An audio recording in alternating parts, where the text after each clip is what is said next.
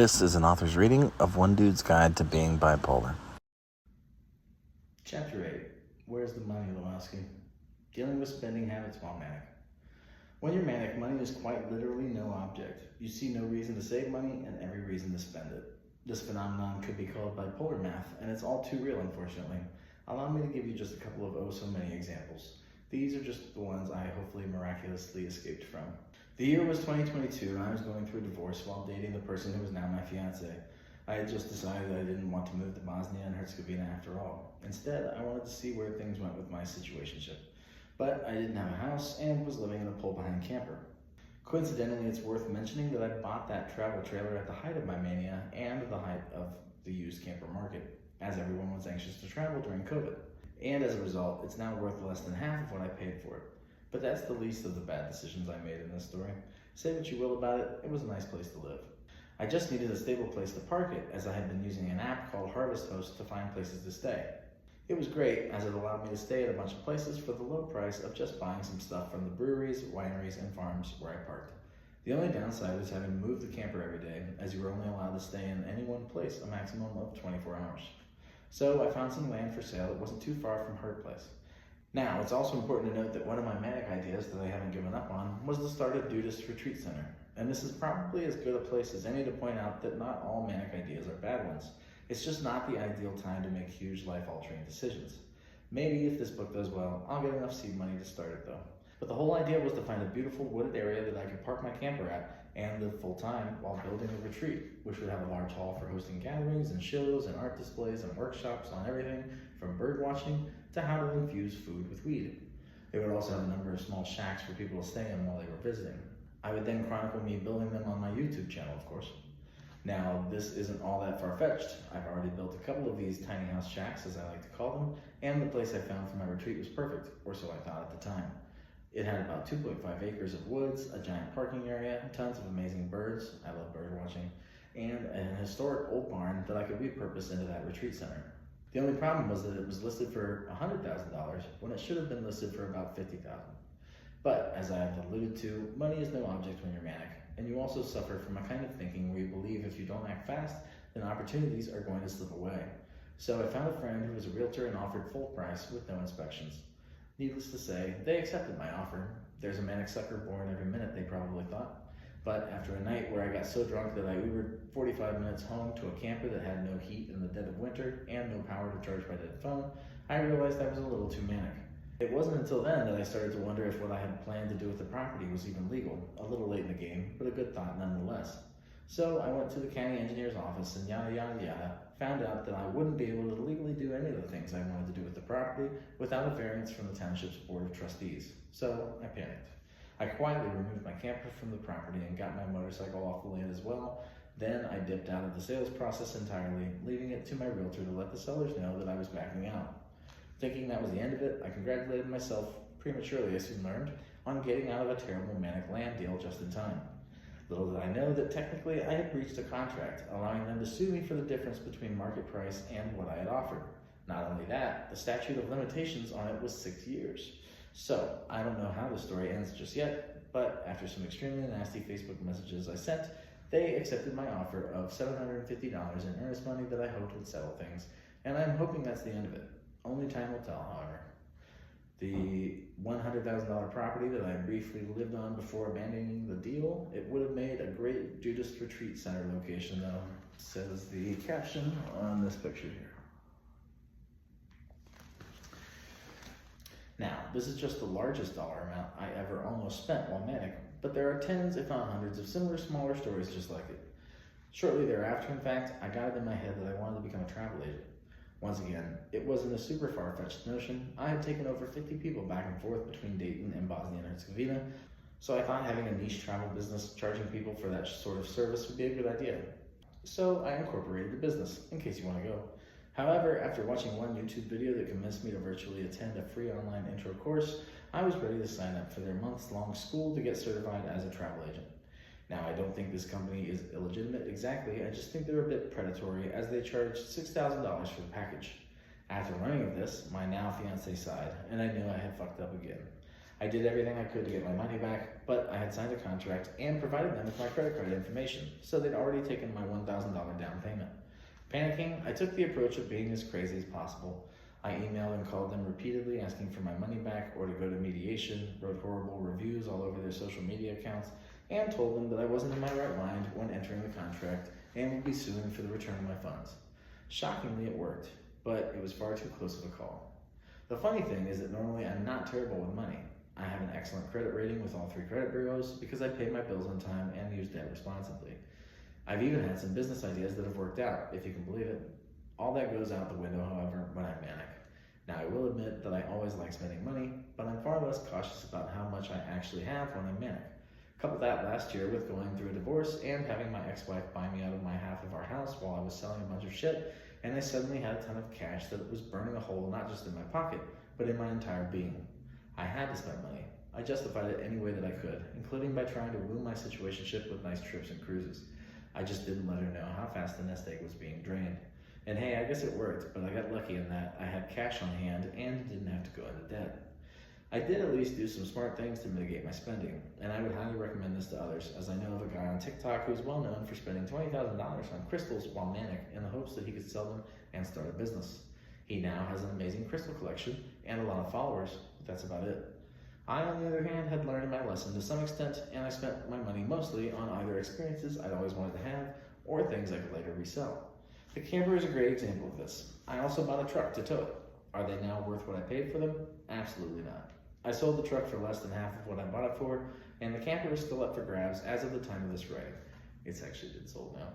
But at least I have some ideas of what to do with it and a place to park it for now. I sold it for $5,500, bought it for $10,000, so I only lost $4,500. I'm lucky though that I don't hugely regret everything I spent the money on, as not everyone who goes through one of these episodes can say that, unfortunately. Now, you may or may not want to give up this much freedom, but there are financial tools out there that can potentially help you as well. I should note here that I am not a financial advisor and that I highly recommend consulting one before pursuing any of the ideas I'm going to share. But one of those financial tools at your disposal is a trust, in particular a spendthrift trust. The basic idea behind any trust is that you're putting money away for someone to use in the future. This could be for many reasons, but one of those reasons is if you are not mature enough or don't trust yourself enough to manage it on your own. A spendthrift trust is designed specifically for those reasons. They're often used to pass down an inheritance to someone who is immature so that they don't blow it all at once. Hence the derogatory term, trust fund kids. Unfortunately, when you're manic, you're really not much different than a spoiled 15-year-old kid when it comes to spending or investing for the future. This type of trust, however, can be managed by a trustee you know and have confidence in, whether they be a close friend or family member. It can be set up to be dispersed at their discretion, or you can set it up to provide a certain amount at set intervals, such as monthly payouts. This could be a good option for you, particularly if you have a lot of assets to protect. Let's say, however, that you can't afford to set up a trust or don't have enough money to make one relevant.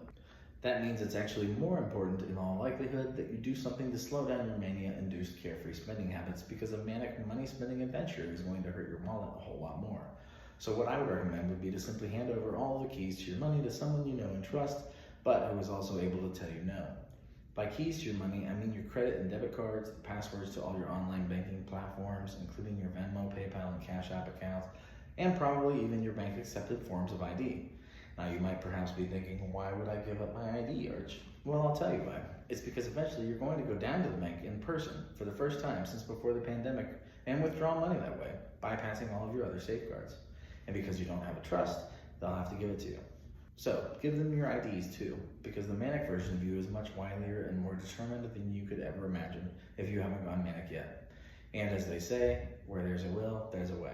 So, don't give yourself the option and make sure there's no way for you to access your money without your trusted others signing off on it. Of course, you might be saying, but Arch, I need to pay for stuff still, and you'd be right. My solution, let's just go find a cash machine and use hard currency for everything, or prepaid credit cards if you just can't handle using cash. But either way, the point is for your most trusted significant other to allow you as much as you need to get through the week or day, depending on how severe your mania is and how compulsive your purchasing becomes. Kind of like an allowance, if you will. Sure, it's annoying and impractical, but blowing all your money on your amazing idea of starting an online shoe and costume rental business for aspiring clowns is going to be much less devastating over the long run than not having enough money for that nice iced latte because you spend it already on a dozen pretzels from the bakery you like to frequent to give to the homeless people you've recently befriended at your local park. Trust me, these are warnings that are born out of experience here. But what happens when you get that amazing business idea that you just know is going to earn you tens of thousands of dollars at the very least? And trust me, if you're manic and consider yourself to be even remotely creative and or have some business acumen, you'll come up with a business idea. I have 2 LLCs that can attest to that fact. Here's my advice though. For starters, recognize that it may or may not be a good idea, but regardless of whether it is or not, now is not the time to go fully into execution mode and start a brand new business venture. What I've learned to do instead is to see how far I can get with an idea before I absolutely have to spend money on it. Or better still, I make my goal to spend $0 on a project unless I absolutely have to. And only then with my fiance's approval, which isn't easy to get. It's important to recognize though that bipolar people are very creative and they see connections sometimes that other people don't. If you have an idea, like I had an idea to write this book, then by all means go after it. Just don't spend any money, or only spend whatever is absolutely necessary. But keep in mind that bartering is often more valuable than spending money on something. I wrote this entire book and published it without spending a dime. I'm not joking. My brother is a writer, so I got him to agree to edit the book on the hope of a future commission. I also had a TikTok friend to help me with the graphic arts for the cover. Thank you, at Mary Theodore of TikTok.